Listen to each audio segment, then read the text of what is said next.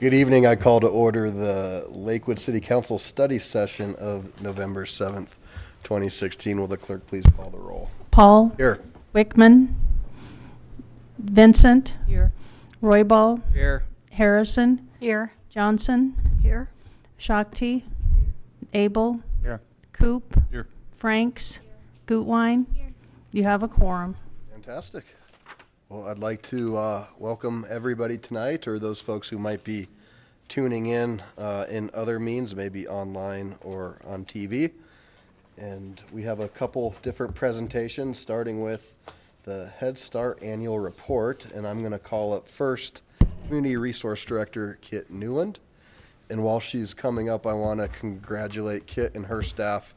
We received notice today from the White House that the City of Lakewood is a five gold medal achiever for the Let's Move program. Thank you. Nice work.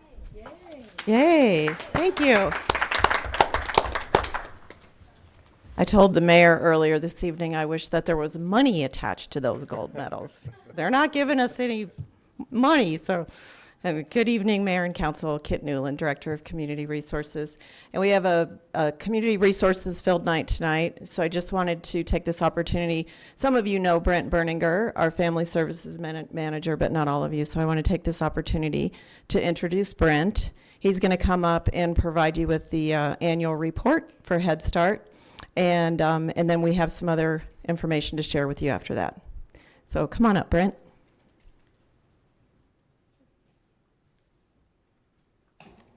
Brent, good evening. Welcome.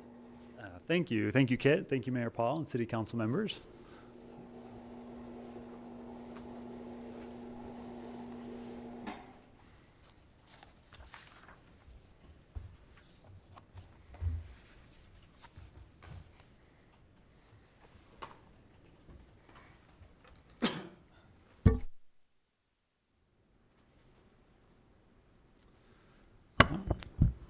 Got to lift this up a little bit.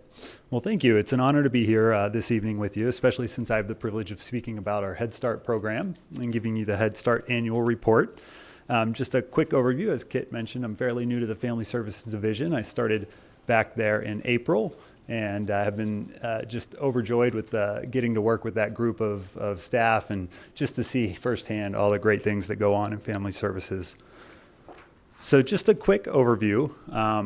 As you guys may remember in your February meeting with Sherry Peterson when she presented last year's annual report, this is part of the Head Start Act of 2007. So you as the City Council serve as our governing board and are responsible for overseeing the fiduciary and legal requirements for the city's program. And with that in mind, we'll touch on a few key program highlights for the school year that began on July 1st, 2015 and ended on June 30th, 2016. So these highlights complement the Head Start annual report you received in your meeting packet and that can be found on the city's website at www.lakewood.org. And I think you guys should have received this. Okay.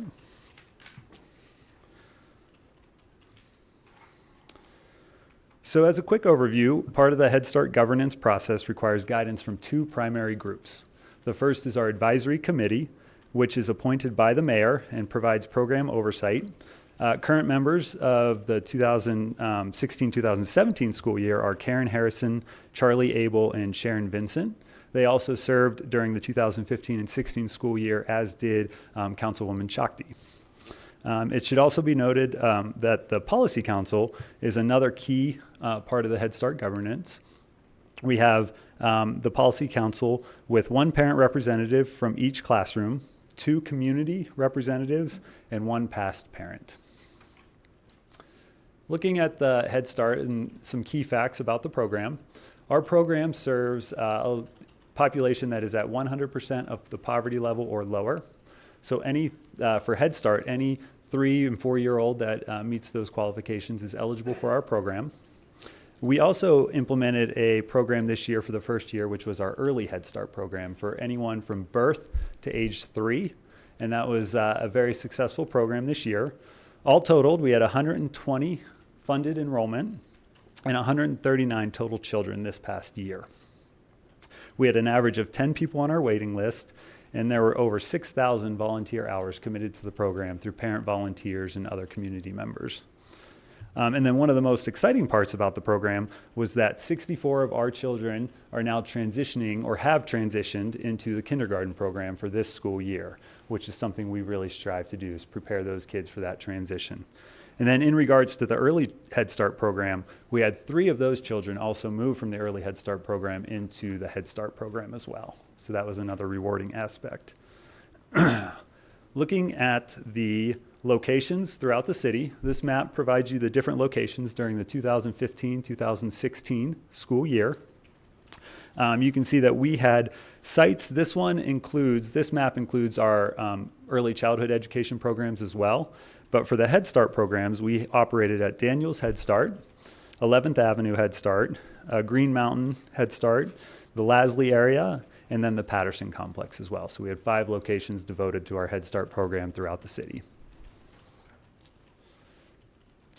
As in regards to demographics, each year the staff track demographic information for our families. The information provided encompasses data from all 139 children that participated at any point throughout the school year. So if you look at the first graph, it's the race category. And so we had 115 identify as white, 11 identify as biracial or multiracial, 5 as Asian, 5 as American Indian or Alaskan Native, and 3 as Black. Looking at ethnicity, we had 88 of our families identify as Hispanic or Latino, and 51 identify as non-Hispanic or non-Latino. And then in regards to primary language, we had 95 that spoke English as their primary language, 38 that spoke Spanish, and then 8 that spoke other languages.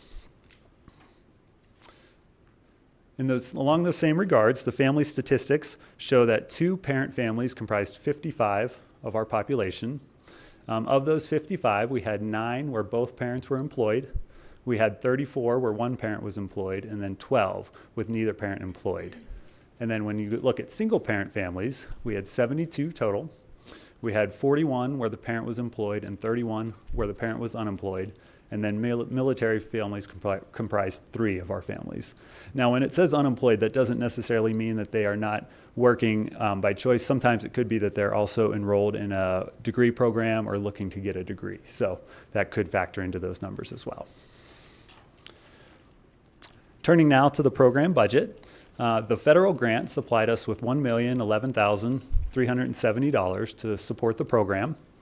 The Head Start program received $834,380, and the Early Head Start program received $176,990.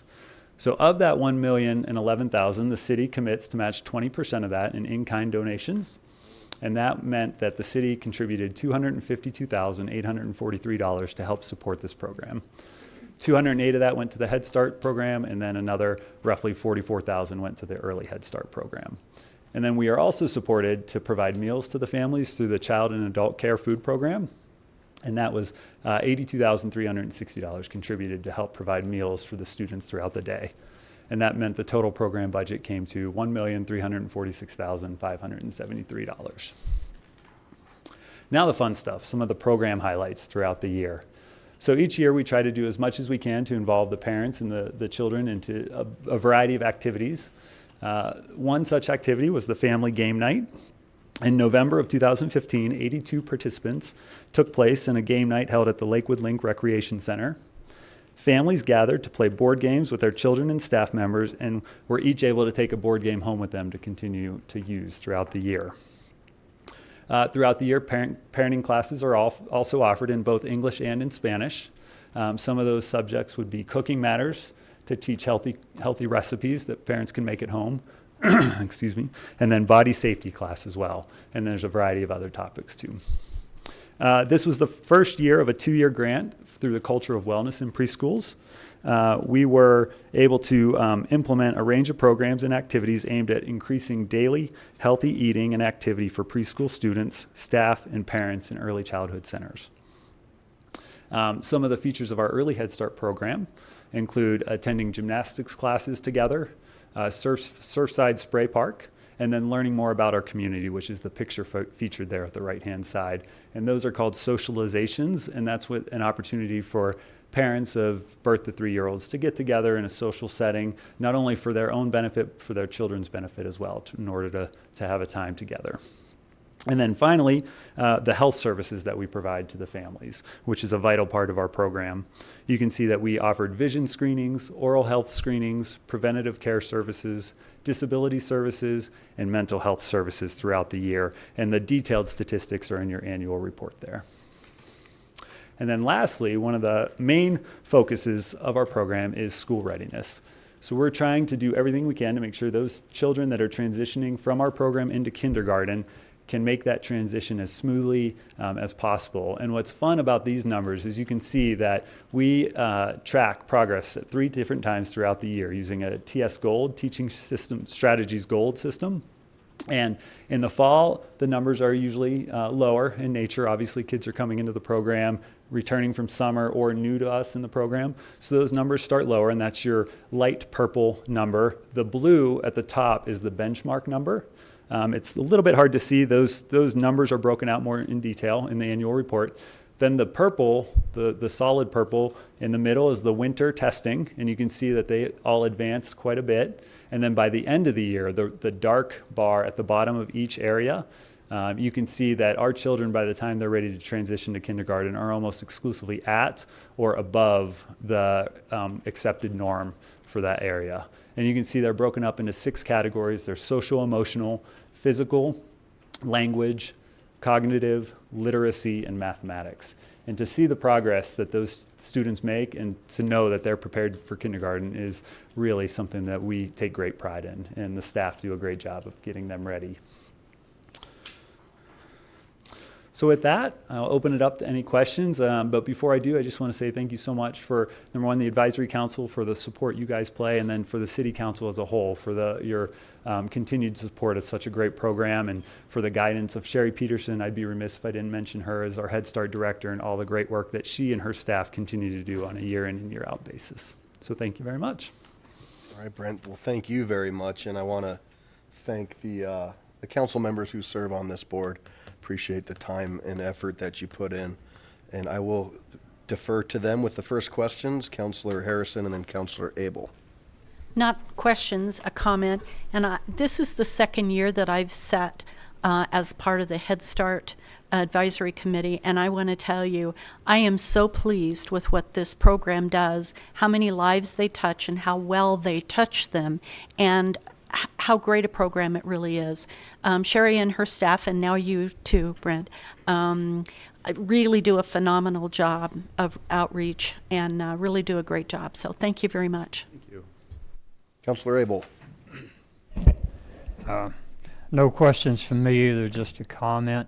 There are a few things I do with the city that has a constant upbeat tone to it, and every one of our committee meetings I leave very happy that something's going really, really well in Lakewood for our kids. And I want to thank you all for that. Thank you. All right, I would just close with one last comment and can tell you to a person, one of my favorite council nights is when we have the Head Start kids come and hear from them and see them interact with the council. And it's always a great time. And I think I might even have a couple plants still that I received from the little guys. So thank you very much. Thank you. Thank you very much. All right, next we're going to have items 4 and 5. And I just want to backtrack real quick. Some folks came in. I don't know if there's any public comment that folks would like to make on either of these next 2 items. All right, if not, I'll close that and turn it back over to Ms. Newland. Thank you, Mayor. Thank you, Brent. Before we get going, I want to take a minute to introduce some other wonderful staff to you all. We have some of the most really talented staff in our department, I think, from all over the country. So let me take a moment to introduce them. Over here in black, we have Jana Lang, and she's our Recreation Program Supervisor. She oversees all the programs in the Recreation Division. And then next to her is Dawn Sluter. Dawn is the Seniors and Transportation Supervisor, and she's also in the Recreation Division. And here in the blue is Peggy Bocart. She's our Recreation Manager. So Peggy and Brent are both going to provide you with some more information upcoming. But the next area that we're going to be talking about are, as asked for previously at our budget hearing, was a big overview of older adult programs and youth programs and services and offerings. So that's what we've put together. And we've got this all combined in one presentation, starting with youth. So just for a little bit of context, I thought it might be helpful to backtrack a little bit and explain that we are responsible in our department for recreation, parks, golf, family services, heritage, culture, and the arts, planning, construction, and building maintenance, and we provide community outreach, community relations, and marketing for across the city. So kind of a big, broad, lot of different areas. And also that we focus on all of the community in the offerings, and these are the major facilities where we provide our programs in local schools. Many of the Head Start programs and early childhood before and after school are in the local schools, and then we provide many programs at the rec centers and the Clements Community Center. We're always out in the parks, and then all of our arts and cultural facilities and our outdoor and indoor swimming pools are all busy all the time. So with that, I would like to invite Brent to come back up again, and he's going to talk about all of the youth programs, and then Peggy will come up and talk about the older adult programs, and then at the very end there'll be plenty of time for questions. Thank you. Brent, welcome back. Yeah, twice in one night. I don't know if you're the lucky ones or if I am. Depends upon how long you go. Well, with that, I'm going to turn it over to Peggy. No, it's just...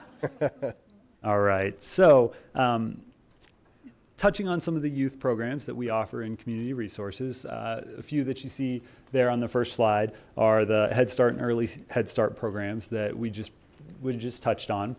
We also do family support services and mental health services as a part of the Family Services Division. We do before and after school activities as well, summer day camps, and school outreach. We offer a variety of classes, sports leagues, community events. You can see the full list there with you.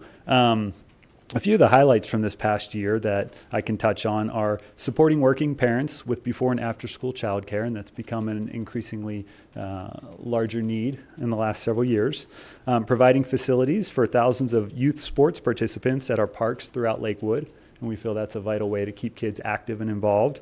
And then also working directly with the schools to provide programming at both school and city facilities through a variety of our divisions: HCA, Family Services, Parks, and the Recreation divisions.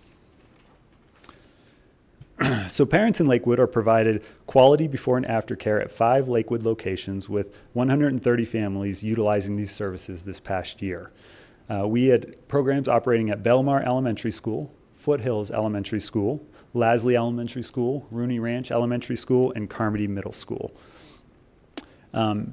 In addition, the department offered an array of complementary after-school activities, including our middle school sports program, youth sports leagues, dance and art classes, and then swim teams offered through the Colorado Association of Recreational Athletics, the Foothills Swim Team, and local high schools. The department also offers activities during school breaks and other out-of-school time. The school age services area offers extended day programs on no contact or early release school days. We also have the fall sports cornucopia during Thanksgiving week, where there are 3-hour sessions of volleyball, gymnastics, or other multi-sport camps. And then winter sports break from December 27th through December 30th and January 3rd through the 6th, as well as spring break camps with a variety of activities, including Lego engineering through Playwell Technologies, basketball camps, gymnastics, climbing camps, and then multi-sport camps at Carmody and the Green Mountain Recreation Centers. Looking at the summer, we had quite an offering of over 100 camps in 2016 to meet a wide variety of interests, times, and costs of the community's needs. Some camp examples include space travel, create your own rocket, which is what you see pictured there, history, dance, magic, theater, singing, nature and art, picture book illustrations, wood sculpturing, art in 3D, storytelling, painting, paper mache, bookmaking, jewelry making, metal smithing, pottery, weaving, robotics, gymnastics, cheerleading, climbing, multi-sports, and junior golf camps, just to name a few of the 100. I'll save you the rest. All totaled, there were 1,864 children that participated in one of our part-day summer camp programs, which is a great number.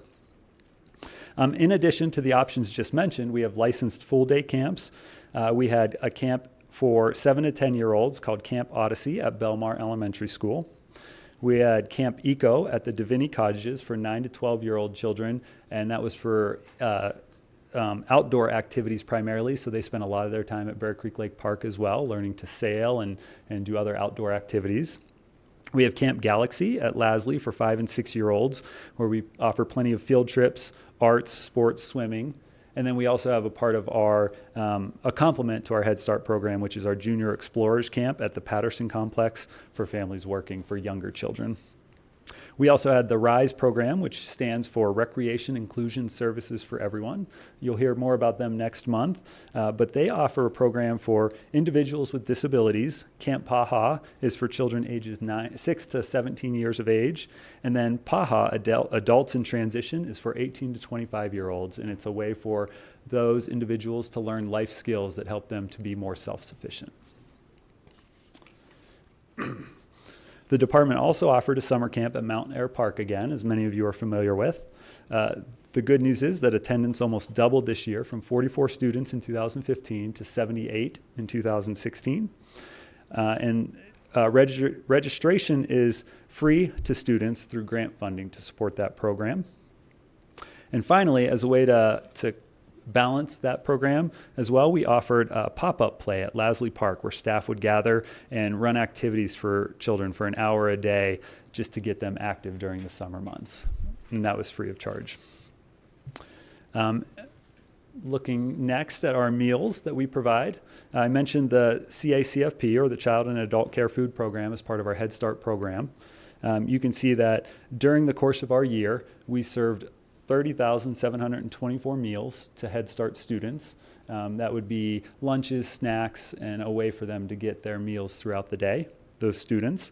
And then Community Resources completed its second year partnering with Jewish Family Services to offer free lunches to Lakewood residents 18 and under during the summer months. The 2015 pilot program occurred at Mount Air Park, where 743 meals were served. This past summer, the program expanded to Morse Park and Lasley Park in addition to Mount Air, and all totaled, lunches served this summer equaled 3,382. So quite an increase of meals provided to kids out of school time.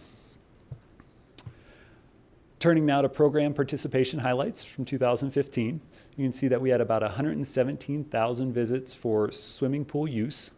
We had 5,157 in our gymnastics program, 4,346 in our Learn to Swim lessons. And arts and dance had about 1,138 participants.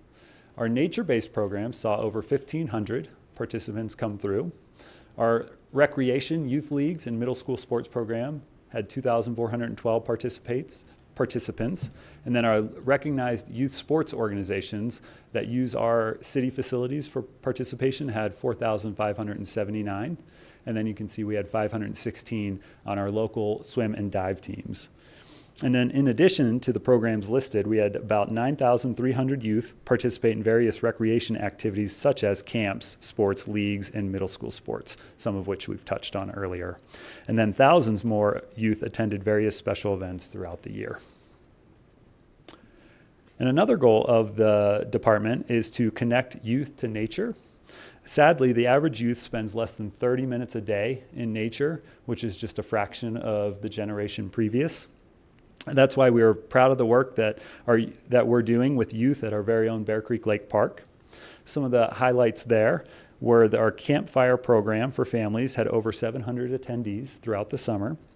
Our junior naturalist camp that runs for 7 weeks with the same kids every week was a very successful program.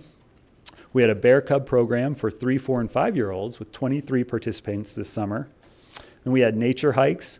We also had a haunted trail adventure. And then we had seasonal activities where children are encouraged to explore nature and even eat bugs. And in case you're interested, I did bring a few. So if you want some bacon and cheese crickets, I've got them. Or if you would like some cheddar cheese larvae, they're right here, good source of protein. So kids have tried them. So that I'll leave these just in case you guys are interested. So as you can see, we have a myriad of uses and fees and ways to access our programs throughout the year. This is a picture of one of our concerts at the Lakewood Heritage Center. And so with that, I'm going to turn it over to Peggy Bocard, and she is going to tell you a little bit more about our older adult programs. Brent, thank you very much. Peggy, good evening, welcome. Not quite as tall as Brent is here. So good evening, Mayor and Council. Peggy Bocard, Recreation Manager. So as Kit shared and Brent shared, I'm going to share a little bit more information about our older adults and some of the opportunities that we have, some of the challenges that we have, but just paint a little bit of a picture for that age group with what we have to offer. So I'm going to start by sharing some statistics that we have. These are pulled up that we just got in 2015 per CASOA. And as we know, many of us have referred to the silver tsunami that's been coming, and we've been talking about that for quite some time. Well, it's here, and we're in the midst of it starting now. Our older population is growing at a tremendous rate. It's going to double over the next 25 years. Anyone that's over age 65, that's where we're going to see that. We're on the leading edge of the baby boom. So those that were born between 1946 and 1964 are starting to retire or thinking about retiring. So again, we're going to see a great big influx of these different individuals in different capacities from what we've been used to.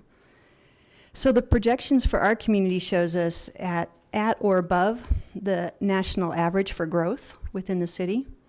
For instance, there's a 100% growth projection in those over 60 in Lakewood from now until 2025. So looking at, for instance, the 69% growth for those that are 85 and over, and contrasting that to the 2% growth that we see for those from 0 to 59, tells us a lot about where we're going here within the city of Lakewood. So while we have some great programs in place that I'm going to get to share a little bit about, you can see that we have our work cut out for us as we move ahead as well. So keeping up with the current demand and then trying to adapt to the future demand is something that we'll be talking a little bit more about tonight. So we provide recreational opportunities at all of our recreation centers and our arts and cultural facilities. We're focused on providing engaging and relevant programs, and it's for obviously a very diverse and growing population. So trying to find that right combination of what we're offering and where and when is going to continue to be something that we'll be focusing in on. Our Clements Center is for those 55 and over primarily. We do have other uses for that facility at times. For instance, we have a number of rentals. That's one of our larger facilities. We offer programs like our Rise dances on Fridays, which if you haven't been to one of those, I would encourage you all to come out. It's a lot of fun. Over the last 5 years, we've seen a 10% growth in our programs, including our meal site program. So again, we're starting to see that growth come to effect. And I want to share a little bit about some of those programs that are growing even more quickly than others. And one is our travel program. And we've always had a travel program, but we went back and we got some feedback from some of our patrons, and we asked them,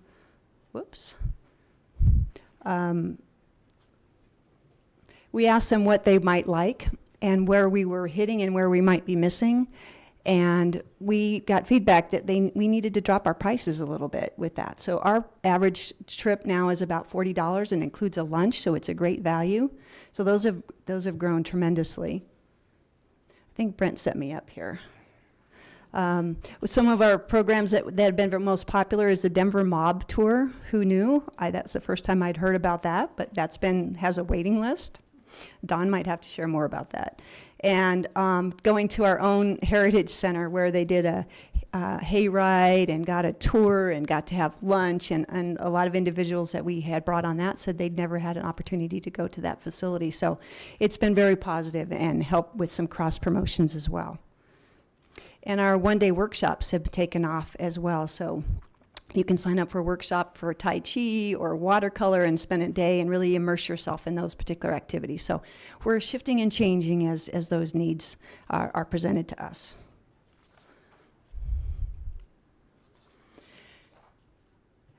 I had shared some other programs on this previous slide, and I'm going to go into more detail. And the first one is about the Volunteers of America meal site.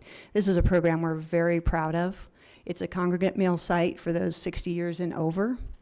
We've been partners with VOA for quite some time, over 30 years, and we were one of the original sites too. So we've kept this up for quite some time. We've been very popular. This meals site is open Monday through Thursday year-round and the first Friday of every month. So we know we have a lot of people that are dependent on this for their primary food source, and we're very proud to provide that. So the site also has broadened its perspective. Our site has, and as far as we know, we're the only ones that do this. We take a more holistic approach. So we have transportation, which a number of the other sites don't have. And so we take advantage of that so that people know they can consistently make it to our facility for that. But we also have added some other fun twists so that you can come and we can do a sit and fit class or yoga or music. We have choir, we have a variety of different other activities so that when you come, you don't necessarily just need to eat. We invite people to get a little bit more active and engaged. So this might be the only time somebody goes out for the entire day, and we're hoping that we can make that a little bit more relevant, and I think we've done a good job with that.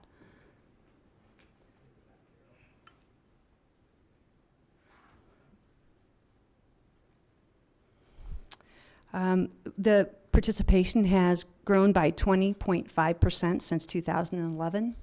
So again, we're still seeing a sharp increase in these activities as well. So the next program I want to talk to you about, again, is one we're very proud of, and that's Lakewood Rides. And it's housed out of Clements. It's an assisted door-through-door service for those 60 years and over, or individuals that have varying disabilities that qualify for this. And we have things set up several different ways as far as who can access and pay structures, et cetera. So we have set times for grocery trips. So anyone through the city, we've broken the city up into quadrants. So you may go on Wednesdays, you may go on Thursdays, but you always know that you have the opportunity to go get groceries and oftentimes medicine, because a lot of people pick their medication up at the different pharmacies. So that's really critical for us to make sure that that nutrition piece stays in place. We have group nutrition trips like the VOA, so that we make sure that everybody has access to that on a continuous basis. We also have standing trips to adult daycares, and to make sure that individuals can go to dialysis. So again, those are set, so individuals can make sure that they make it to those appointments. And then the last tier we have is our demand response fairs. And those are growing exponentially, as of course you can imagine. Those are scheduled on a first come, first basis. And they could be to banking, medical appointments, various personal needs. And that's where I'm going to call up and say, I need to go here. And we're going to try to fit you into where here it might be. And it could be within the city boundaries or it may not be. So going to a variety of different medical facilities, for instance, are one of the things that we do. And those sometimes we fill up and we're not able to accommodate that, which is very difficult. Thanks, Brent. Must be on the timer. Yeah. I'm obviously talking too long then here. Sorry, Mayor. I'm trying to hurry up. So anyway, with this, we realize how critical that is. And often what we'll do is we'll ask individuals who register with us, and they do need to be residents of the city, to also register with the Senior Resources Center, or SRC, so that if we're not able to accommodate, they're already set and queued up in another area. So hopefully if we say we can't do that on Wednesday, you're already in the system with SRC. Or maybe we can only take you halfway. We can take you, but we can't pick you up. Let's see if we can coordinate. So Dawn and her staff do a tremendous job of trying to just make that work. But again, as our population grows, we're going to continue to have some challenges with meeting these needs. Now, we did get a grant in 2014, and in 2015, we were able to add 2 new buses and 2 more variable bus drivers, which increased our hours up by 46 hours a week of being able to do transportation. And it's kind of like sifting sand. It's backfilling up very quickly, but at least we were able to do that. And I think we talked a little bit maybe about that at the budget time. But so we've had a steady increase, and we're going to continue to be challenged, I think, as things grow within the population. One of the other unique challenges that we have, and I guess it's not just to us, but throughout the whole transportation industry, is finding drivers. We have the same challenge with finding lifeguards right now. There's just not that many people out there. So even if we could add vehicles, which I don't know that we could do that either, but it's difficult to find drivers. And again, RTD's experiencing the same issue, SRC's experiencing the same issue. So it's a lot of different moving pieces, of course, that come into play. So one of the other services that we provide at Clements Center is our Reaching Out department. And that's, many of you know Dave and what he does. He's our senior support services person. He's been with us since 2004, and he has this book of resources that are available throughout this community. So if you come up and say, I need help with this, with transportation, I need to know some legal, I need to, these different resources, he helps make those connections for you. And again, I don't know any other organization that has this particular position, so I think Lakewood had a lot of good foresight in putting this in decades ago. So his service has grown tremendously as well, 34% in the last 5 years of contacts, so that's pretty remarkable. And he's assisted over 3,800 people just last year, 3,800 contacts. The other unique position that we have is our community wellness advisor. And I don't know if any of you had the opportunity to meet Sharon Lubinecki. Bundle of energy and just positivity. She's just wonderful. And Sharon's position is not unique to the older adults, but she services a lot of older adults where you might have, the doctor may say, you have to start working out, or you have diabetes, and what do I need to do? And I'm not sure where to start. I can pick up this guide and I can flip through it and go, wow, it could feel overwhelming. Or maybe I've just lost my partner and I don't know what to do and I'm staying at you. So Sharon is that soft handoff that we can have reach out, and she meets one-on-one and learns about that particular individual and says, well, what are your interests? What's your goals? And try to help put people in place. So it could be a variety of different things. It could be getting our programs. It might just be, there's a park by your house and there's a trail. So start there. So this is another great resource that we have available to us as well. And if you've ever met her, she's just a joy. So having access to a variety of activities is key to keeping our older adult community healthy. So while Clements has a lot to offer, the 55 plus, as I mentioned, interests are so varied, we have to keep tapping into all different sorts of areas. So for instance, if you've ever been to Carmody in the morning, and you'll see who's using all the equipment, and that literally all of our programs are full, it's our older adults that are tapping into that. And you could go to any of our recreation centers and you'd see a lot of the same thing. So it's not just Clements Center, but that's certainly an area that we're very proud of. So you can see up here we have some tremendous participation numbers. Our Silver Sneakers active option, we have over 4,000 registrants, which means they can come into the facility, swipe their card, there's no money out of their pocket, it goes back to the insurance, and they can basically use the facility for free and enjoy a number of our programs for free as well. And you can tell with the drop-in classes, the registration. Aquatics is an area that I think sometimes we forget about, but it's a terrific way to actually work out, particularly if you might have some mobility challenges or just enjoy the water. But aqua aerobic classes, if anybody thinks that those are easy, I will challenge you to go to some of those, especially the deep water ones. So there's a great workout as part of that as well. And you can see we have over 21,000 people that have taken advantage of that. So. And of course, I can't walk away tonight without talking about pickleball because it's still one of the fastest growing sports. And of course, we have it throughout all of our recreation facilities. We've added, I think, as much as we can squeeze in there right now, along with some outdoor. But what I found was an interesting statistic is there's 2.46 million players that they counted that they felt were participating in 2015. So that's nationwide, but that's a pretty tremendous amount of people that are out playing. And it's great because you can play at all different levels. And I will put myself on the really low level of playing, but it's still social. You get to be active, and they have a great social network that's connected with that as well.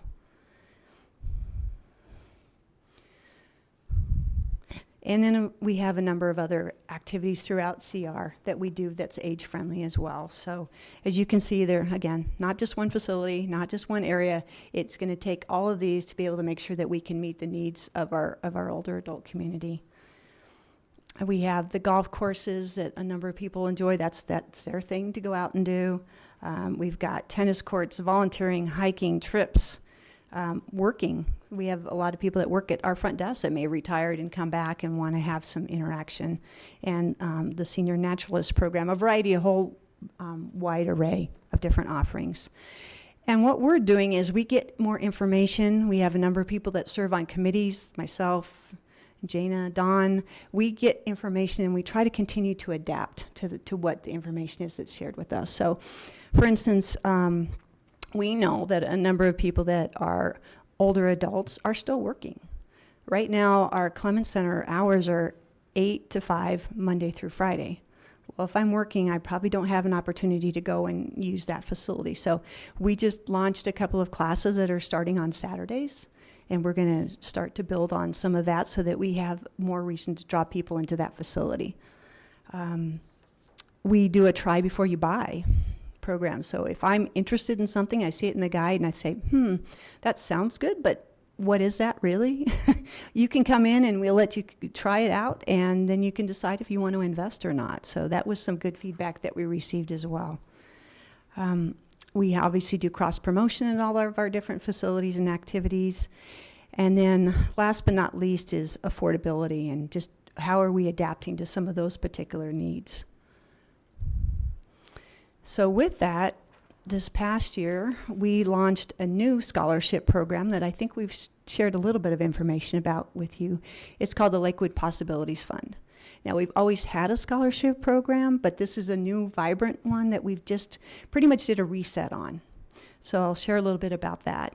And the reason, of course, is that we don't want to have finances be a barrier to people being able to participate of all ages and all walks of life.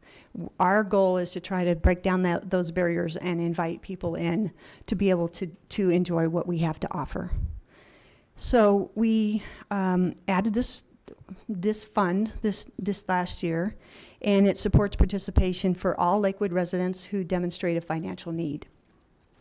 And they can get anywhere between 25 to 75% of their program paid for through this particular fund. Each household member is awarded up to $300 per year. So that hopefully can get you into a number of different programs. So we just revamped it. So through September so far, we've already assisted over 314 Lakewood youth that are 18 years and under. And so in contrast, in 2014, we serviced 195 youth. In 2015, 206. So this new program, with the way that we presented it, is already showing some tremendous growth. We've distributed $18,700 worth of scholarship so far, again through September.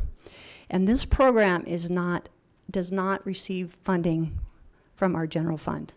This is all donations. So we've cobbled funding together to try to make sure that we can provide these opportunities. So we work very closely with our resource development division, and they go out and seek different opportunities for us. And we've had some funding that we brought over, and that's why we've been able to be so successful so far. So we also, of course, seek out any other opportunities we might have with grant funding, CDBG, as Brent had mentioned. Anything else we might have available, we'll try to use every single tool we have, we're going to put it into the tool belt. But this program has been revamped, and we're going to hit a finite amount that we're going to be able to do, but I think right now we've really been able to reach out to a number of different people in the community that maybe we just weren't able to before. And of course, we can't do any of this without our partners. And I'm going to broaden the scope a little bit from even just youth and adult, but to anything that we do within our community resources. We have so many different partners that we are dependent upon to make sure that we can be successful. The schools are certainly one. As we mentioned, we have camps, and we have a number of different programs at those different sites. We receive support from other organizations such as SCFD. We work closely with Boys and Girls Club. The libraries, local sports organizations in particular, as Brent had alluded to. I mean, they provide those recreational sports, and they use our fields, but they're the ones that organize and get everything put together for us.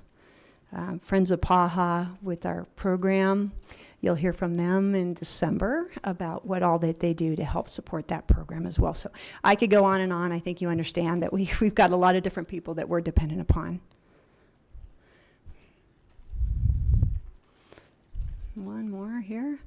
And with all of this is focused on making sure that we have an inclusive community. That's, I think, what all of our goals are. We have recreational and leisure opportunities that invite and welcome people of all ages and all differing abilities. See a picture of our RISE program here at the bowling alley. So that's always, again, fun to go if you get a chance to go see that. We talked about the RISE program. We have the Universal Playground that's getting close to being done at Carmody, so that's really exciting. And Dana, yes, so we have Passport to Parks, we have nature walks, we have fitness, we have all different types of activities for all walks of life, and we're very proud of that and want to continue to focus on that. And of course, some of our bigger activities are community events.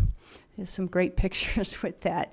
We have, each year, we organize a number of special events geared towards the Lakewood families, everyone. We have hundreds to thousands of participants at each of these events. So in addition to Rock and Block and Morris Park Family Night, we have Glennon had the same type of family nights that we offered. We've got July Parks and Rec activities, guided night hikes at Bear Creek, Grin and Barrett, Lakewood Lights, Mayor's Tree Lighting, Pancake Breakfast. And two of the events that we've been particularly proud of were both this past, within the last few months. Cider Days had its greatest participation ever. We had over 15,000 attendees. So weather was beautiful. It was just a great day. And then our Haunted Trail had over 700 participants, which grew exponentially to Jody's pleasure and dismay, I think. So it was very, very successful. So with that, you can see that we have a wide array of programs for all ages, and that we're very proud of. We are just starting to launch our CR master plan, which I think you've all heard about. We just got started to scratch the surface last week. So that's going to be a year-round, fun-filled opportunity for us to reach out to our community and get feedback and hear what we're doing good, maybe where we can grow, and then of course we'll be bringing all that back to you. But going out and get some statistically valid data, and have a lot of different aspects of that we'll be launching into. So with that, I'm going to stop talking and invite you to ask any questions of myself or the rest of the team. And thank you very much for your time. We appreciate that tonight. That's great. Thank you very much. Thanks for all the information. And let me maybe just go back in time a little bit to reframe this and how we got to where we are today. A couple different ways. One is this was a topic at the retreat last February, was to get a better understanding of what we provide for both our seniors and for our youth. And then during the budget discussion, there was also some more talk that came about with some youth types programs. So I think that this was very helpful for some folks to get a better understanding. And then of course what's paralleling right now is that master plan to help us better understand kind of potential gaps in our services or areas where we can do different things. So with that, we have quite a few lights up here. I'm gonna start with Councilor Shakti and then go to Councilor Franks.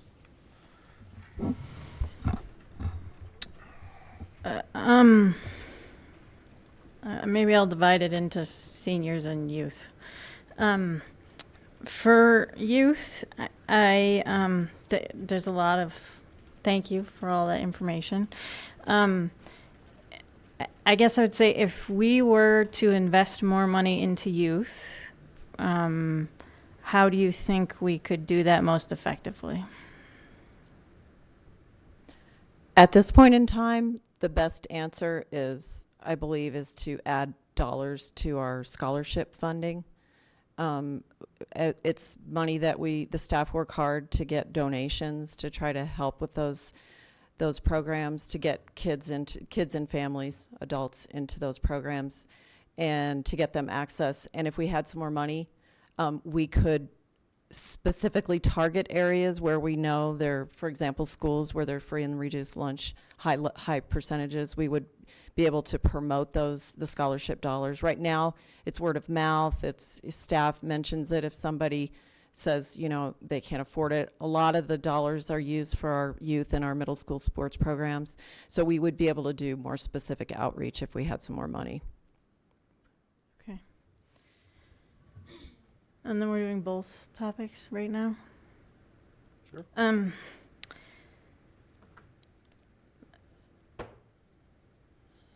I feel like the seniors ones is more, it's a harder nut to crack. But I also feel like the answer that, I can't remember, I don't have the numbers in front of me, but the wait list for Lakewood Rides has gone up very significantly. And if we're anticipating 100% increase in the senior population and we can't get any more buses, I would expect it to go up a whole lot more. And we can rely on other sources to give rides, but the truth is their wait lists are going way up too, because the funding in the region for seniors is not going up while the population is. So I do feel like we need to come up with ways to address this, and it might take creativity, but I think there needs to be conversations that include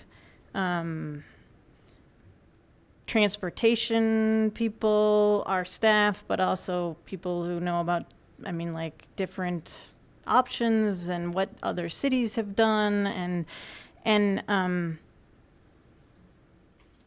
so I don't know what makes sense there.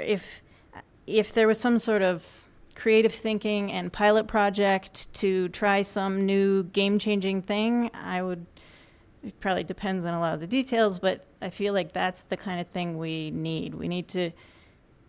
We see the problem coming, and we need to try to be creative to find ways to solve it, because we see that we can't in our traditional methods. So I hope that we're moving forward, and I don't really know how to do that, but Well, and I would just add, if that's something that the council would like to see, you know, maybe come back a direction to staff to go look. For instance, the Metro mayors are currently looking. We're going to have a forum with all the communities to get an understanding of, you know, Centennial's utilizing Lyft. So is it more beneficial to maybe seed money into private enterprise to meet your goals, or what other unique things are out there? So I guess as we get through the evening, that might be one of the directions to ask staff if they want, or to Okay. direct. Okay, yes, that would be great. So I have Counselor Franks, Harrison, Johnson, and then Gutwein. Well, I first just, of course, wanted to thank you all for the great presentation and certainly for the great services that you provide. I also wanted to acknowledge the great work of Head Start. I'm a Head Start alumni, and so I'm thrilled that was instrumental in my growing up, so I appreciate that. Regarding funding, I kind of wanted to continue to always draw attention back to Councillor April's idea of a Lakewood Gives Day. I'm hoping that at some point we can find a way to have Lakewood Gives, and for a variety of things. I think we have an amazingly generous community and who wants to fund locally, but we just don't give them a great mechanism. And so I don't know, I know Lakewood Legacy was potentially looking at something like that, but I think that's a great way where we could pull a lot of resources in and start to get our working adults kind of helping to feed some of the programs for those who can't afford it. And with regards to the kind of the busing that Lakewood rides, first wanted to say thanks. One of my neighbors takes advantage of that. She's in her early 90s, and it is her way to get out and continue to be independent and do her own shopping. So I really appreciate that service for her. And regarding the drivers, I wanted to understand, as we move forward, if we have a shortage there, I want to make sure that we're considering maybe offering where we'll pay for the training if it's a specialized license, or some other things where we can draw in somebody who wants to do the work but doesn't come with the skill set. I've seen those types of things pay off, where you advertise it if they commit to maybe, say, a year or two of service, that you'll pay for that licensing, the classes, and that. So I think it's another way to maybe draw people in who want to do the service. They just don't have the skills at the moment. Thank you. Good point. I would comment on that. Councillor Franks, thank you for that great suggestion. We do that. We've started putting some of those incentive type packages together for lifeguards specifically, so that's something that we'll continue to look at. Thank you. Mayor Pro Tem Johnson. Thank you, Mayor. I very much appreciated your presentations. Peggy, I just have a few questions. At one point you mentioned, I believe at Clements Center, using an insurance to pay. You mentioned insurance. Please talk about that in the context a little bit more. Sure, and thank you very much. What I think I was referring to is our Silver Sneakers and Active Options program, and that is insurance-based. So if, as an individual qualifies through their insurance, and there's specific insurances, which is why we've expanded beyond just Silver Sneakers, your insurance company will actually pay for your visit. So you go in, you check in you fill out the paperwork, the required paperwork for us, and then once you're in our system, you have a card. So you come in and you swipe your card, which allows us to track that and also bill back the insurance company. So we get some payment for that, but you as a user do not have to pay at all. So we have a lot of people that take advantage of that, which is terrific. So no out-of-pocket expenses for them. I wasn't aware of that. I'm glad that it's on air right now for people to learn about. Excellent. Also, I was curious, it sounds like the Access-A-Rides gets tricky to try and give the rides that are required. Does the Red Cross still do free rides? At one point they did. And I wondered if the American Diabetic Association provides any transportation to dialysis centers. I don't even know.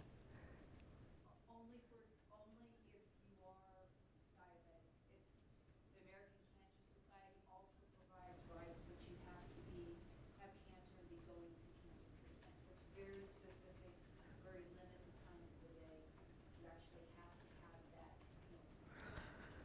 Okay. The Red Cross did stop. That's what I'd heard. So they're no longer giving free rides for. Oh, that's a shame. You'd also mentioned that seniors are working longer. I think that is great news. And I'll tell you why. I'm getting older myself. We all are. That's a blessing, really. But the longer that a person can work, it gives you relevance. It gives you a reason to get up in the morning. It helps with socialization. It also, for seniors, keeps their mind stimulated. Physically, it's good. Emotionally, it's good. I'm a very strong supporter of people working as long as you can. Besides the money, there's many other advantages. And if somebody cannot find a paying job, then they should be encouraged to volunteer, really, to get out of the house and to be with people. I think that's great news. Bouncing on the comment as far as bus drivers, is that something that can be volunteer as long as somebody's vetted, of course, and I know that if they have correct licensing and that kind of thing? Or is it always a paid position? Maybe there might be some folks that would do it voluntarily.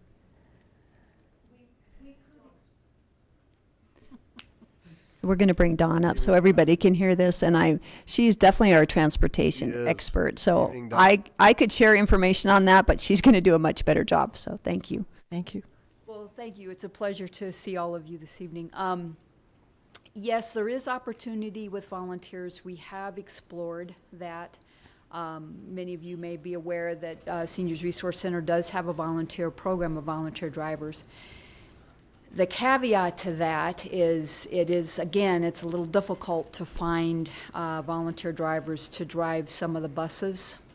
Most of the volunteer drivers drive cars. We tend to do a lot of, in Lakewood Rides, we tend to do a lot of group trips, or where we can put, even if it's medical trips, where we can put as many people as possible on the bus. So for example, we're fortunate enough, we've been able to produce about 10.5 trips per hour. And that's something that it's because of how we organize and that we serve citizens of Lakewood. So with that said, that is a little bit of the challenge, is volunteer drivers and being qualified to drive the buses. But we have been talking about that as a possibility. Have we actually been seeking volunteers, or is it only in the talking stage? It is only in the kind of research and talking stage to see if that truly is a viable option when it comes to driving the buses. And again, to the council's point, it's some of the specialization that's required in driving the buses, as well as working with the persons with disabilities or elders that you have to be very conscious in how you assist them and so forth. Okay, thank you. I just have one more question, and I don't know if this is for Kit or for Peggy. You have some really awesome programs for individuals, frankly, of all ages. I mean, there's all kinds of things out there. And you've talked about cost and how some of them are minimized, or insurance and whatever. I guess, and please just understand, I think the question at least needs to be asked. As far as the cost for the programs versus the revenue, is there a deficit there that the city is picking up the slack, or just, I'd like to know more about that. Just, I think it's fair to ask. Yes, there's a variety of answers to that. It depends on the program area. Our adult sports, for example, bring in, they cover all their expenses. Our youth sports do not. Our gymnastics program has been growing significantly, so I'm doing better now. The facilities operate with some subsidy, the Carmody with less subsidy, than the other rec centers. So it varies across the board. Our older adult programs tend to not generate as much revenue to offset the expenses. So we could provide you with a breakdown if you wanted that level of detail. Actually, I'd be curious to know that. I was not aware that the city was sponsoring and working with swim competition and diving. All of my kids were competitive swimmers. But that's a pretty expensive sport because they would go like 4 nights a week to swim team practice. You have to have coaches and the swim meets. How does that work for the city doing that? We don't provide those programs. We provide the facility, and those are high school teams primarily. Okay. We're home to Bear Creek High School swim and dive team, and to Lakewood goes to Wheat Ridge. Green Mountain High School swim and dive team, boys and girls. So they don't have pools to do their competitive swimming, so we house them. And then we have a recreational level team called Colorado Association of Recreational Athletes. So we do that, but it's not a competitive level team. And then we also house or are home for Foothills Swim Team, which is another private club team. You probably know them. So they swim at Carmody Recreation Center. So the pools are pretty busy during out of school time with swim team practices. Now, do the teams then pay rental for the pool during Yes, that? they pay rental basically, yeah. Okay. Well, it's awesome. Thank you. All right, Counselor Harrison. First of all, I want to say thank you for what a wonderful presentation. And the first thing is, I want adult day camp. I want to go. This sounds like so much fun. And then I got to thinking, that's not such a bad idea. You know, there's some of us that probably would sign up for, a whole week's worth of fun and games as long as it included paddle boarding and, let me think about that. Dawn.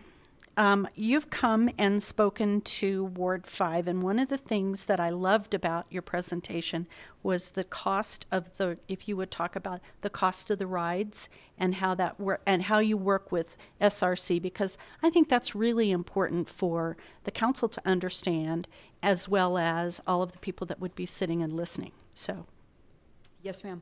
So the cost of the rides right now per trip is approximately $26 to $27 per one-way trip, and that gets us about 5.5 miles. We work and partner. One of the things that I was sharing, we partner very closely with Seniors Resource Center, and as Peggy had discussed, when a rider or a potential patron comes to register with Lakewood Rides, we encourage them to register with Seniors Resource Center both, so that we can assist both of them. We partner with Seniors Resource Center also to take care of those nutrition trips for the VOA Meal Site Program, the Volunteers of America Meal Site Program, for our residents of Lakewood within our destination catchment area. So in that partnership, basically the exchange for that, we do have an agreement with them, and they pay that refund, that return is about 20% of the cost of the total ride. But what happens with that, since we only charge them about 20% of the cost of that one-way trip, that allows them to retain the lion's share of the funding of the grants and so forth that they receive, the Title III grant money, so that they can, in turn, help our Lakewood citizens in getting the medical trips and those sorts of things. SRC has smaller equipment than Lakewood Rides does. We tend to take care of a lot of the larger trips and so forth, where we can get a lot of people on the bus, and then they help us out then with some of those medical trips and some of the smaller trips and so forth. the other thing I wanted to point out, thank you, is that in your comments that you had made, you said from door through door, and I want you to identify what you're meaning by that, because that's really important. So there's a variety of types of trips. So Some services only provide a curb to curb. And literally what that means is the bus will pull up to the curb, whatever that curb is of the home or an apartment building or those sorts of things. Some bus services provide door to door. What that means is that the driver will go up to the door and assist that rider then into the bus, usually only on the first floor. If it's a second floor or third floor, then they have to make their way up those floors themselves. We provide a door-through door, which means we will go over the threshold. We do go the extra mile, and so, for example, if a person is 3 flights up and they need assistance not only through that first threshold, but then the second threshold or third or whatever it is, then we take care of that, and we call that a handoff. So basically, we make sure that they get where they need to go. We serve many older adults as well as persons with disabilities that are pretty severely limited, and we literally need to hand them off to a nurse or another staff person or a family or a caregiver or something like that. So we make sure they are in their, wherever they're going, if that's what's needed, in their home or in their, at that medical trip or at that adult daycare. Thank you. I recently became really aware of this. I have a client who's blind, young woman. What was interesting is bringing her into my office and understanding the differences of what she had, but also watching her use Uber.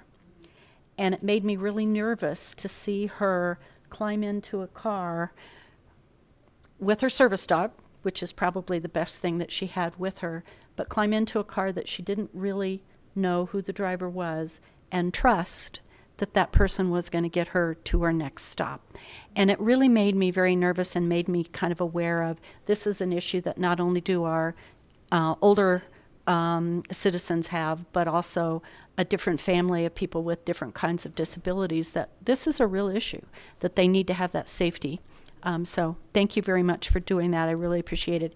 And to answer Ramey's question about insurance companies, Silver Sneakers is a program that is available to most people over 65 who have products with AARP, both Medicare Supplement and Medicare Advantage plans.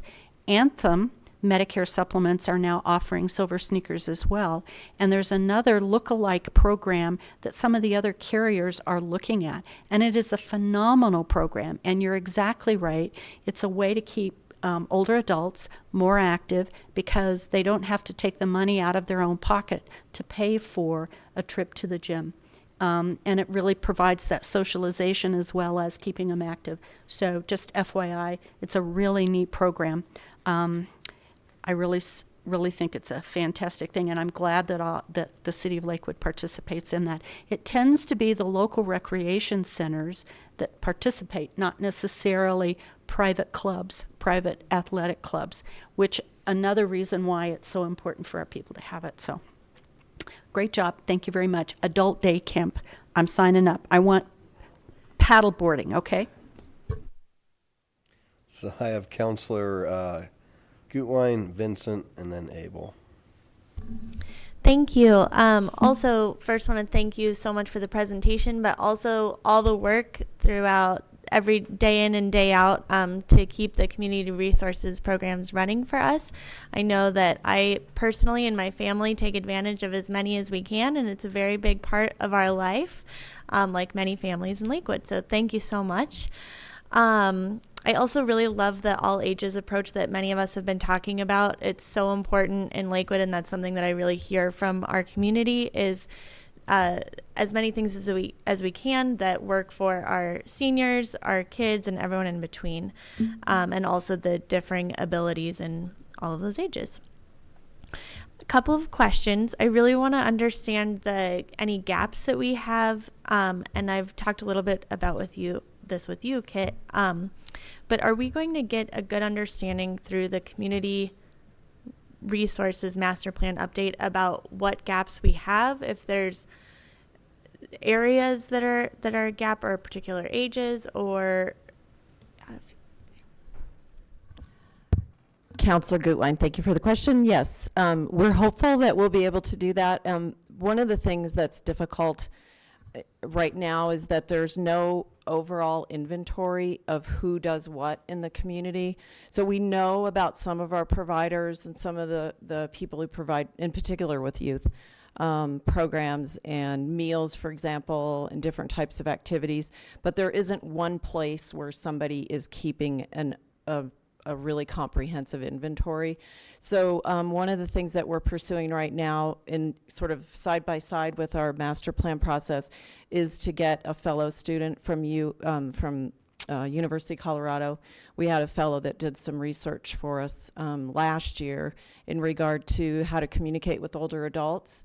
And so this next project that we're looking at would be creating a comprehensive inventory, really, of who's doing what in the community as it relates to providing for children, because the schools do some, and there's churches that do some, and there's nonprofits that do a lot, and we do some, but we want to try to figure out where are those gaps, and we don't necessarily know where they are right now.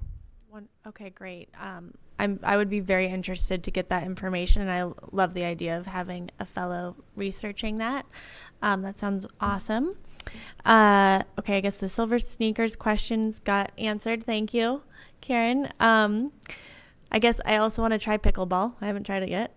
And then I echo the need to talk about transportation that Shakti and Adam brought up.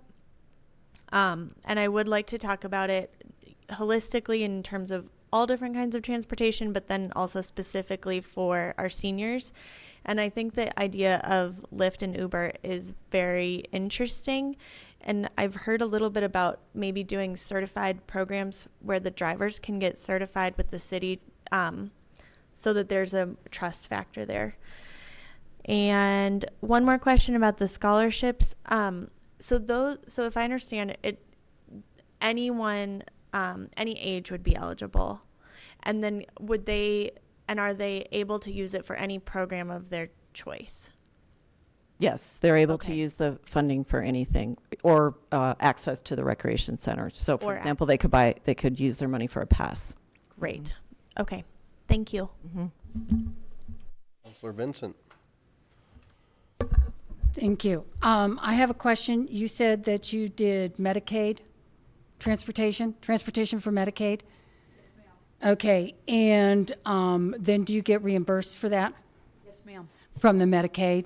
Yes, ma'am. We provide non-emergency medical transportation. Yeah. CBS reimbursement. Yes, ma'am. Okay, and then do you do Medi too? I'm sorry? Do you do Medi too? Medicare, Medicaid? No, we're only Medicaid. Only Qualified for Medicaid. Medicaid. Okay. So it's my understanding, although I know it varies from state to state when I was involved, but I think that you cannot use volunteer drivers unless they pass all the requirements. They're not allowed to take any Medicaid patients, correct? Yes, ma'am. Okay. I think that needs to be understood, because a volunteer cannot take them. They're liable. Yes, ma'am. And that's part of the research that we really have to look at with volunteers. We have grant money also, and we have to really be conscious with that. We receive 5310 grant money. We are indirect recipients through the Title III grant money. So, and then of course Medicaid, as you'd mentioned. So yes, ma'am. Thank you. Okay, so you do have the 5310. Yes, ma'am. Okay. That is the grant that we received to do the expansion that Peggy talked about. We had written a grant and received that, was able to put that into action in 2015, which is where we did the expansion. And then I wrote the grant again this year to continue that funding for operations for 2017. Okay, because I don't think a lot of times people have a clear understanding of the differences in that, and that you just can't get an Uber or a Lyft or John next door to take you. Yes, ma'am. That you have to do a lot of background and a lot of stuff. So, okay, thank you. Counselor Abel. I have a few things. First of all, using our rec centers for high school swimming programs. The folks who staff those centers are saints. I had to take my daughter, who was a Green Mountain High School swimmer, before dawn to the rec center many mornings, and I would have to pick her up many evenings after practice about 9 o'clock. So it is putting up with high school age swimmers is not the easiest chore in the world. And middle school sports. The very name of it makes us think, boy, isn't Jeffco Schools great for providing these sports programs. I understand it doesn't quite work that way, that the cities make the biggest contribution to these programs. Could you expand on that, please? Yes. There were many years ago, and I don't have the date in my head, but the school district decided to stop doing intramural sports at the middle school level. And at that point in time, it was determined that the cities, and many of the Jeffco cities did, decide to take over that program area. So we're still continuing. I think it was in the 80s, and we're continuing to provide those programs now. The staff do go into the schools and use the school facilities for the programs, but it is a program that is offered through the city. And I understand that the schools' coaches do the coaching for these sports, but that we pay those coaches for their extra duty in the middle school sports program. The city pays that. Is that correct? Generally not. Generally, those are staff that are hired by us and that they coach. Okay. I think there's a couple of schools where the teachers get involved to some degree with some of the programs, but for the most part, it's our own staff. We do cover the coaches as well. Yes. Thank you. So it would better be termed the city's sports program for middle school students. And Ms. Gutwine's question about scholarships raised a point I've been trying to get across, is better access to our rec centers for students. How much would it cost to provide scholarships, as you mentioned, for unfettered rec center access for all the students Lakewood? Jeffco are all students in Lakewood who live in Lakewood.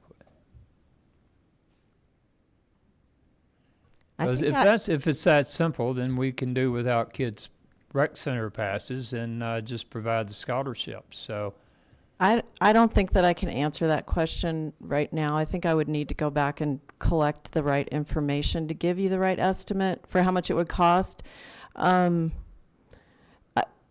I think that there's some challenges with providing free, and dollars not being the main one, with providing free access. Our recreation centers are pretty busy and taking on all the Lakewood youth, in addition to all the other things that are already going on. It would displace some people and perhaps some other kids to let kids in free. So it's a little more complicated than just free rec center passes for everybody. I don't quite understand. Would you elaborate, please? Well, the rec center, for example, there's multiple factors. For one thing, our recreation centers aren't necessarily designed where kids have lots of good places to go within them to play. So, for example, swimming pools, we would need to have lots of extra staff to make sure that kids are safe in the swimming pools if they were in the pools. But our pools are pretty busy in the after hours, after school. So I'm not sure there's space. That's one example. Another example would be that the gymnasiums are being used for activities already for kids. So if we had kids come in and that are unsupervised, I don't know where those kids would go. You know, there's just not a lot of space for kids to do things if they're unsupervised. We have, and granted, they had to pay a fee for them, $149 a year, but we have middle school and high school passes and we don't have the room for the kids who buy those passes? I don't get. Are you telling me that we don't have adequate park and or adequate recreation center facilities for full use by our kids in Lakewood? And that if we provided scholarships, we can't provide scholarships for everybody because there's not room for everybody. Is that the case? Well, I don't know. I mean, it's hard for us to know how many people would take advantage of a free rec center pass. It's hard to know. There's a lot of different factors that would need to be taken into consideration. For example, where the rec centers are in relationship to where the schools are. The schools, how far does a kid need to walk after school to get to a rec center safely without a supervisor or a parent or guardian? So we don't have a way to judge how many kids might take advantage of it. But there's so many moving parts that it's difficult to make a judgment about it. So just granting free use, it's not that we couldn't do it. We could do it. We would just have to figure out, as we go, what kind of staffing levels we need and what kind of space, how we accommodate and that sort of thing. This idea first came up in our retreat in February, and it was passed along by consensus to go to staff. After I brought it up a few weeks back, I was knew that I needed some more information about it, and I was going to pursue that, and I was discouraged by our council president, who told me that we shouldn't be asking staff for that kind of information. So I'm kind of at a loss as to why we don't have that kind of information. I mean, I understand that it would be speculative anyway, but there are cities who do this. And those cities must have some kind of idea about the increases in use or impact of those passes. Although I do think that, Lakewood doesn't need to lean on other cities for how they do things. We didn't become an all-American city by playing follow the leader. We became an all-American city by leading the followers. So I'm just surprised there's such a dearth of information. Councilor Abel, could I just make one other comment about that? We did look closely at what they do in Denver, and we looked across the country. We weren't able to find other cities where they do this, but we did look closely at what Denver does, and it's tricky to compare Lakewood to Denver. They have 27 recreation centers, and many of them, at the time that they decided to do this, many of them were not well used. And I have spent time at some of them myself, and generally speaking, they were pretty desolate. Not everyone, but some of them. So doing this was a great way to get activity in their rec centers, and 27 of them that are spread throughout the city, as opposed to we have 4. So I think it's kind of, apples to oranges comparison. Councilmember Abel, I'd like to respond a little bit because we talked about this a little bit. In the recommendation of that scholarship program, if you can look at that this year, we talked about the ability to capture information, to follow up the following year and give you data so it can start supporting, is this the right direction to go? Is that a fair statement, Kit, that we could get Lakewood-specific data that we don't have already by utilizing the scholarship program? Yes, we can, yes. Well, as I say, it came up in February. It is November. I'm surprised those figures weren't put together. How many scholarships do we offer now? Peggy, do you have that information?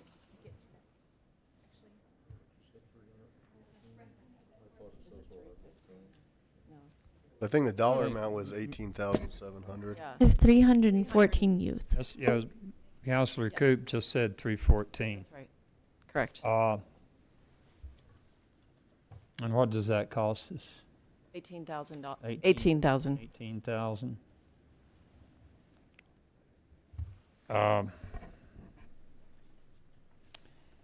So if we doubled or tripled the number of scholarships, would we have adequate facilities? Yes, I believe we would. At what point would we be reaching our limit of maximum use? Well, many of our scholarships are for programs that are organized. So the programs are already using this space. The conflict that I see with a free rec center pass is that we don't know exactly what we would do with those kids. It's easier if you have scholarship dollars and you say, do you want to do middle school sports? Do you want to do gymnastics? Do you want to play basketball? Do you want to go take swimming lessons? And, you give them those choices, as opposed to, here's a rec center pass, now go have fun at the rec center. So I'm not sure if that makes sense, but it's a little more complicated. It's not all about having fun either. It's about keeping them healthy. But kids could go in and play basketball, pick up basketball, or they could run laps around the gym. Any number of things they could do in inclement weather.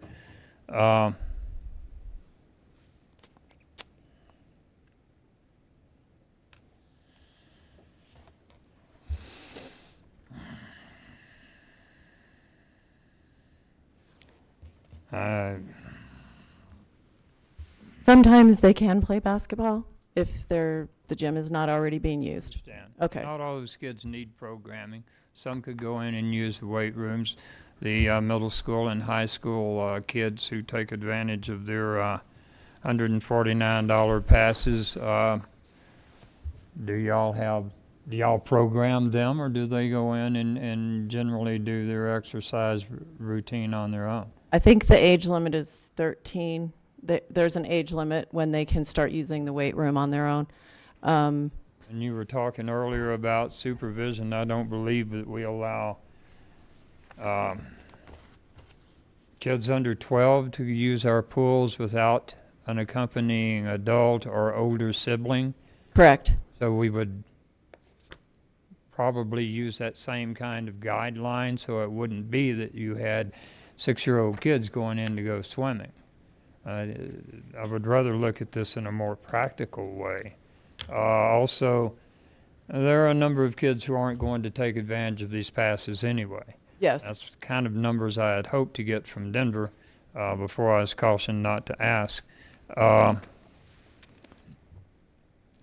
we asked Denver what the impact was for them in precise numbers? Yes. And were they ever able to give us that? Yes, we have some data from them. And what percentage did their use climb? It varies depending on the center, but there are some of them that are pretty significant. I do have the From a numbers. low of what to a high of what? Do you remember? I'm sorry, I don't remember Okay. exactly. Well, this is probably then the wrong forum to even deal with this issue. So what I'm hearing though is I'm hearing a couple things. I'm hearing that in line with Councilor Abel's request to try to increase the wellness or the accessibility for our kids, we do have a program that allows for access for all of our residents, whether they're kids or seniors. And I think that was echoed up here as well. What I think I hear, which is nice about the scholarship fund, is you have a better understanding of who's utilizing it and what their needs are as far as that goes. Correct. And whereas if you give passes out, you're not going to have those same kind of numbers of staffing because you don't know. Correct. Anybody could show up. But if somebody does buy a pass, you can staff accordingly to the numbers that you have. A follow-up, you had said that those kids could use those scholarships for access to the rec centers. Yes, they could. So It just, what would they do in those rec centers if they had those scholarships and used the they would access? try to find a place where they could play without being, when where there's space. Where there's space.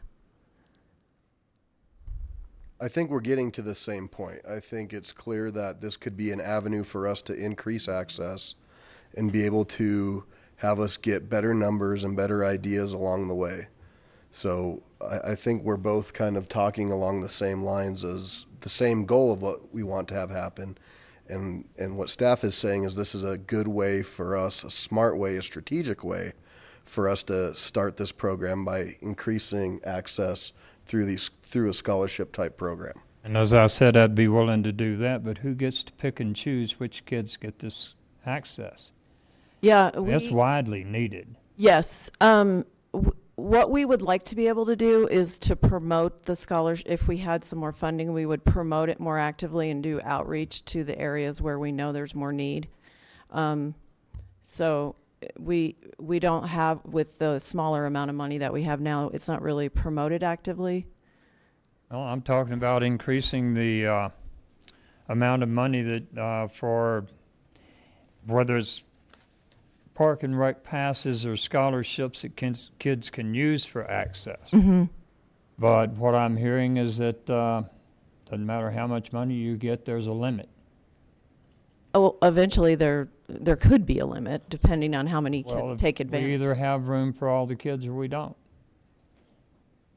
And who gets the scholarship? Well, there's a It's tested. test. It's a poverty level. It's tested. It's a family of four that makes 24,250 or less qualifies for a pass. I'm using that family of four as the example, but we have that poverty level information for singles or 2-person or 4, 6.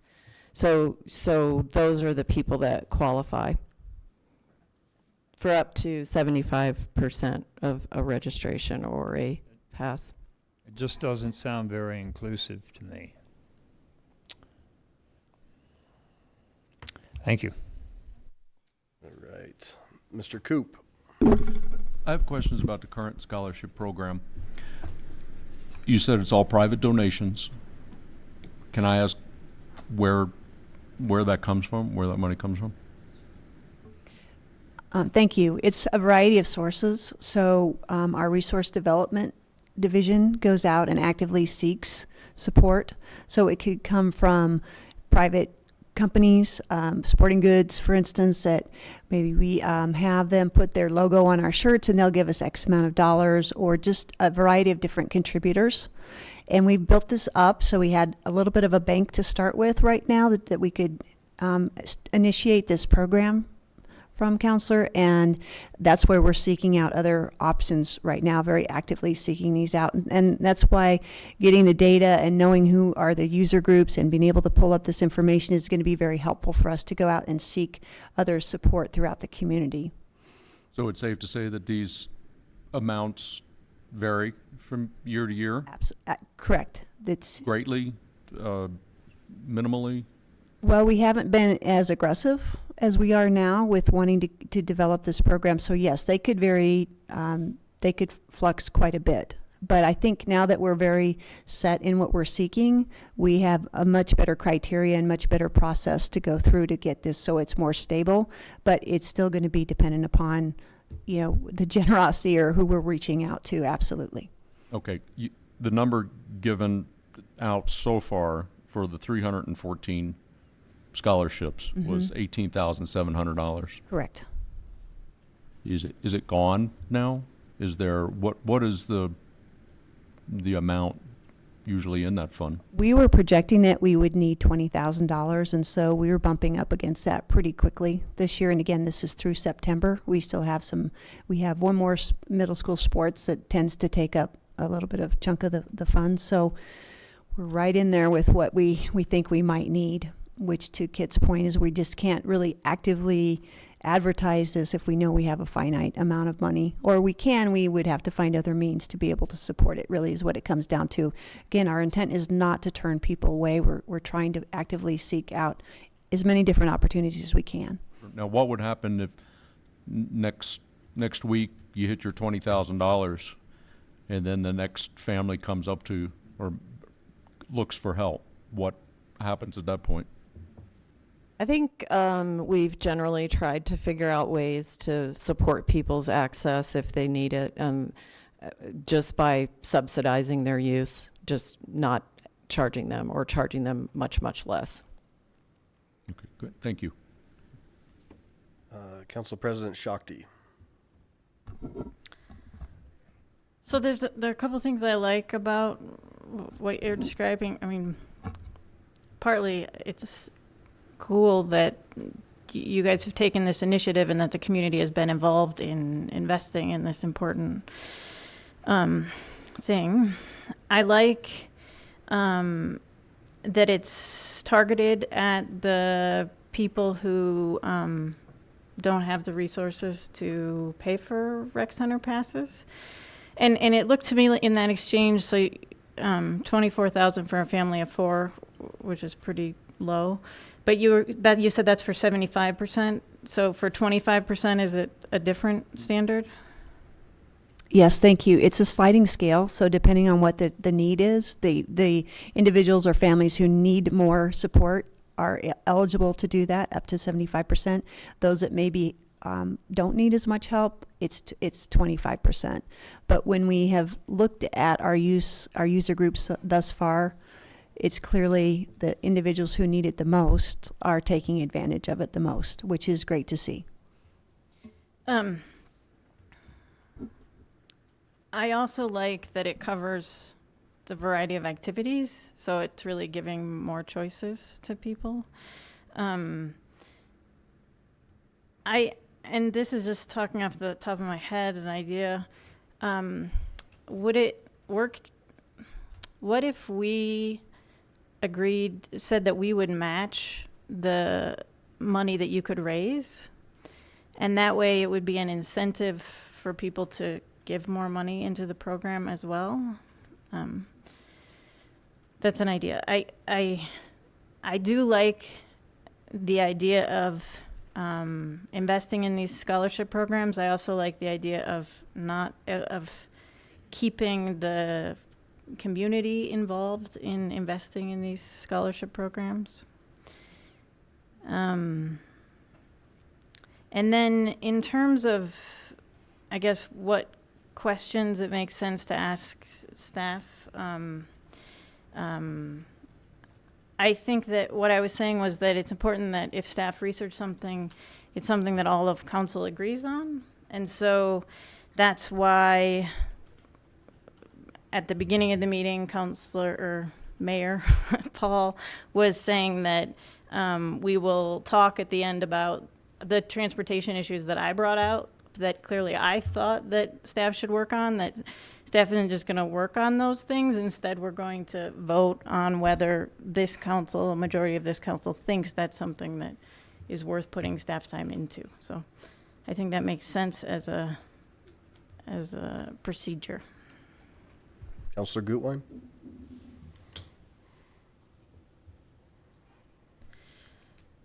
Well, I was just going to share a story about a time that I took my kids to the pool. And there's specific times of the day that you can, on the weekends, go, and there's free swim time. Otherwise, there's all these different activities like the swim team and lap swim and that kind of stuff. And so I had read the wrong schedule, and we got an hour early when it was not free swim. And so the kids and I took a lap. I decided that we could take a lane if I was going back and forth down the lane, and all the lanes became full in that time. And then we had a senior woman join us, and then a woman who was pregnant also came. And so eventually it was literally so full that I decided to just wait for our appropriate time a half an hour later. So I think it is legitimate that there are space issues at the pools. And I do really love, and that's just an anecdote. So obviously not always, but that's been my experience. And I do also really like the idea of the scholarship, for the reasons I'll just say that Shakti mentioned, and it being targeted, and that it can be for any age, and that they can use it as they see fit. Thank you. Mayor Pro Tem Johnson. Thank you, Mayor. Well, I appreciate the discussion. I think it's needed. And actually, I think it also illustrates that this issue is complex, frankly. I'm wondering if it would be worthy of looking at having some information in looking at Lakewood, that if somebody at Christmas time or any time would like to donate to a worthy cause, that these scholarships might be a way that folks could do that. Or also on their website, if we have a way for any type of opportunities for volunteering and to donate money and to list this. But I think also that we probably need to start tracking some data just to get an idea of what's involved and where we're going with this, what would be needed. And that would, I think, be helpful to kind of give this conversation a little bit better direction, perhaps, if we could do that. And to maybe get us to a point, because again, I think we're all trying to get to the same place, just in different ways and different passions of how it should work. Would it be possible for this group to agree to let staff try to get to where we need to be through the end of the year? If you need more money, then that could be afforded to you. And let's get that stats, let's get this data so that we can do something sooner than later. And whether that's creating a matching fund or seeding more money into the scholarship or going full bore, I mean, trying to move to something, because it's clearly something that people want to see up here. So is that something that the council would be okay directing staff to go forward to? Okay. So I have consensus. Mr. Abel, you have a comment? I do.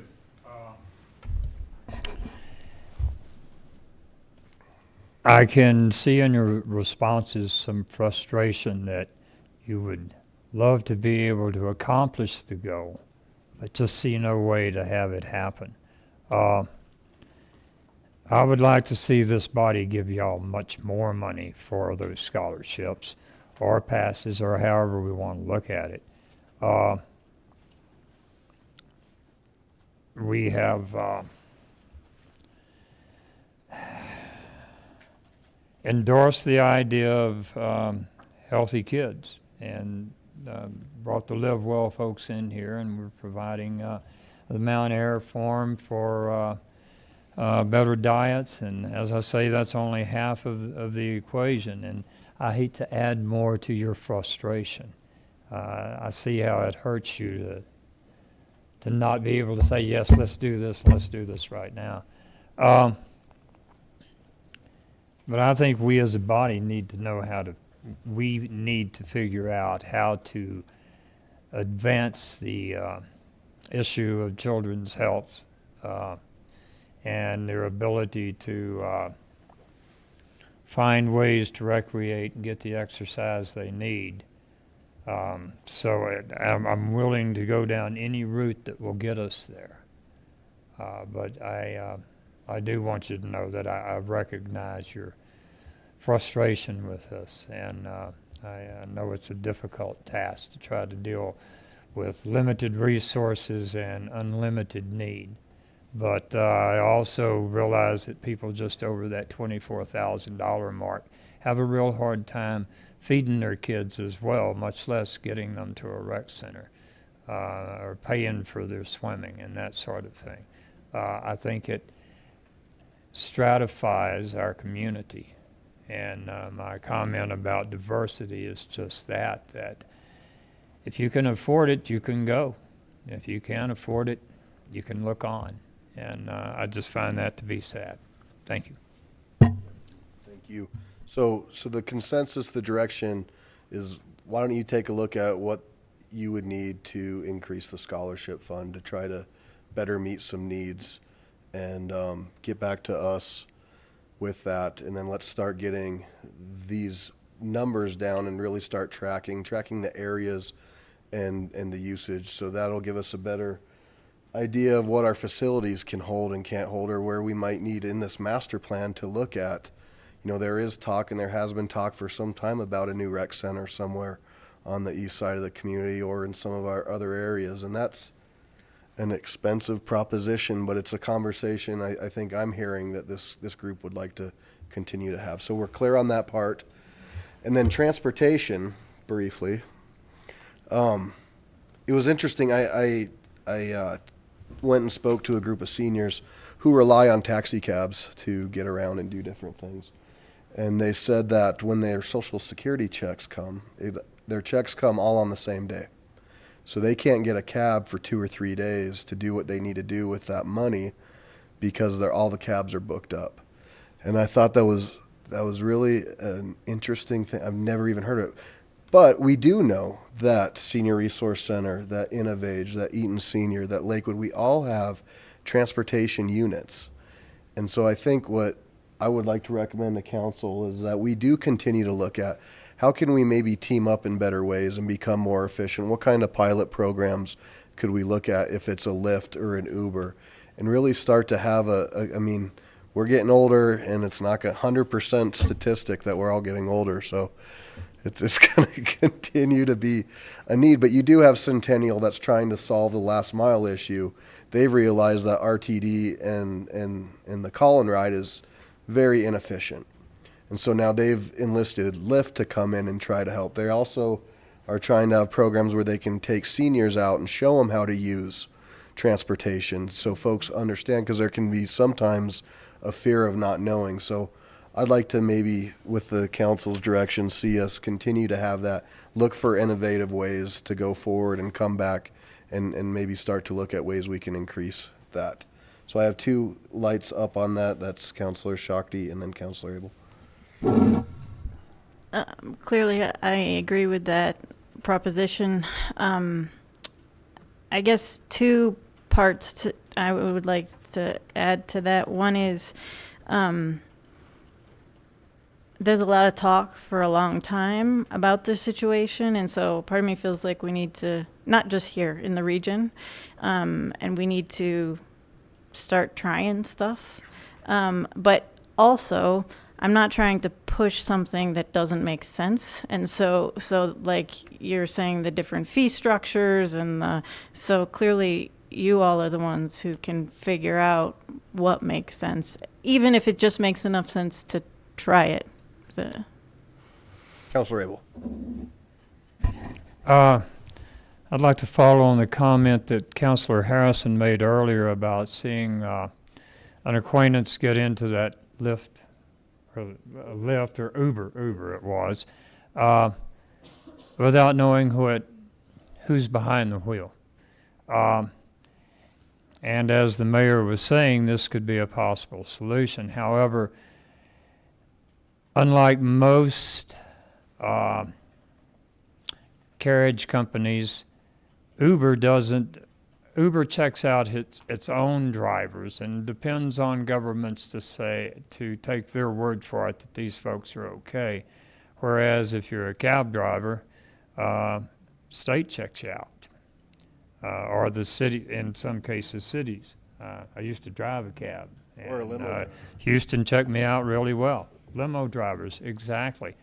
So I think as we're doing this, we need to look at ways we can assure that we have savory operators. Not to say that Uber drivers are unsavory, but that anyone who gets into this business knows how to act and behave themselves. So, thank you. So is that clear direction, or clear enough? We're good with, is council good with that? Yes. All right. Very nice. Well, thank you very much for your time and your presentation and all that you do. It's amazing. You touch so many different lives in so many different ways, and then you throw in, you manage, how many buildings do you manage? Oh, 153. 153 buildings. So it's quite a department, and we appreciate it. Thank you. All right. So I'm not seeing anybody else who would like to have public comment, so I guess we'll go into reports. And my only report that I would have, in case you didn't know, tomorrow's election day. And it's almost over. It's almost over. There's actually less than 24 hours. But I'd like to thank our clerk and the Jeffco staff for being out here, helping people, making sure they get their ballots in, being kind and helping with directions, and our police officers who are here tonight for multiple reasons, but they were also directing folks to the ballot box as well. So thanks for keeping an eye on us and for helping the voters. And that's all that I have. Mayor Pro Tem? Thank you. Mayor, you gave me the honor of doing a ribbon cutting at the new Belle Bonfils Blood Center that is at Bellevue in Wadsworth. It is actually in Councilman Gutwein's and Harrison's ward. They were both present. I'd like to say that Councilman Gutwein does deliver or donate blood at Children's Hospital. Councilman Harrison received a very nice reward because of the many gallons of blood that she has donated. But I'd also like to just put in a word for blood donation. Blood donations did not actually start till about 1943, and it happened during World War II when people understood that there needed to be some kind of an organized way to donate blood. Belle Bonfils, the name is very familiar to us, gave $10,000 of seed money to start Bonfils Blood Bank here in Colorado. 40% of the blood donation centers nationally are actually by the Red Cross or an organization within the states. Belle Bonfils, I believe, is one of the most successful nationally. Last year, statewide, they received 140,000 units of blood. That is a lot. For those of us who live in Lakewood, this is a huge deal. Because we have St. Anthony's Hospital, a level 1 trauma. When they need blood, they need it now. We've also got the University of Colorado Hospital. They require a lot of blood because of all their cancer treatment. And Press St. Luke's requires a lot of blood because of transplants. We live in a new age. We have the ability to actually save lives on an individual basis. I can only imagine how many people Councilman Harrison has actually affected. If you are O negative, you are a universal donor. Please give. It's important. And now Lakewood has 2 Bonfils blood centers. Thank you. Thank you. And Mayor Pro Tem Johnson was the perfect person to go and represent the city because her background, if you didn't know, is in nursing. So yeah, thank you for doing that. Council President Shakti. November 12th, Saturday, Coats for Kids. So it's from 9:30 to 11. You can pick up a coat. And then Slash Collection, which I'm actually going to attend, is Saturday and Sunday, 12th and 13th, Thunder Valley Park from 9 to 4. It's 701 South Rooney Road. And it's not free. And it's not free, but it's not so expensive. And Councilor Gutwein. Thank you. I also was going to bring up the Bonfils ribbon cutting, and Ramey, Councilwoman Johnson, you did a great job. Thank you. It was really moving to be there and learn about that. And I'm really excited to have that here in Lakewood. It's really important. And I was very proud to find out about Karen Harrison and the amount that she's donated. It's really impressive, but it's easy and it's close, and it really matters. And also, we are going to do something a little different for our Ward 5 meeting. We're going to have it December 3rd instead of the usual third Saturday because of the holidays. And we're going to have it at Donut Burst. So we have a retreat every year as council, and we thought it would be fun to have a retreat from our usual location at Donut Burst and talk about value or what our priorities are as a community in kind of a more casual and fun setting. So we're very excited. Thank you. Councilmember Franks. I just wanted to let everybody know that we have our Ward 4 meeting this Saturday at Green Mountain Presbyterian Church, and it's going to be very topical because it's going to be on senior resources where you can come and you can ask more detailed questions about any of the programs. Thanks.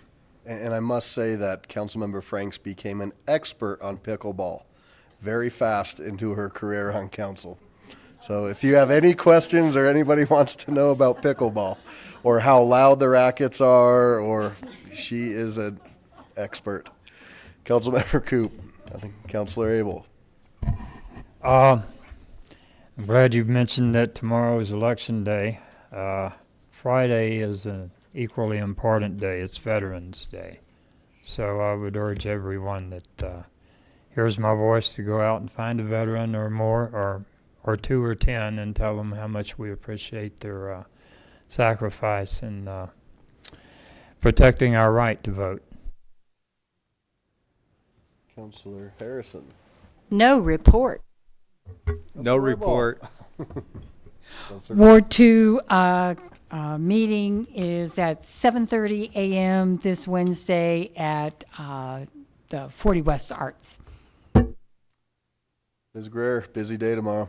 I would just remind everybody that the inside ballot box drop-off is open from 7 to 7 tomorrow. And we'll close the outside ballot drop-off box, which is just to the west of this building, at 7 p.m. as well. Okay, thank you. Mr. Graham? No report. All right, well, again, thank you all. It just turned 9, so I'm just going to be quiet. We're adjourned.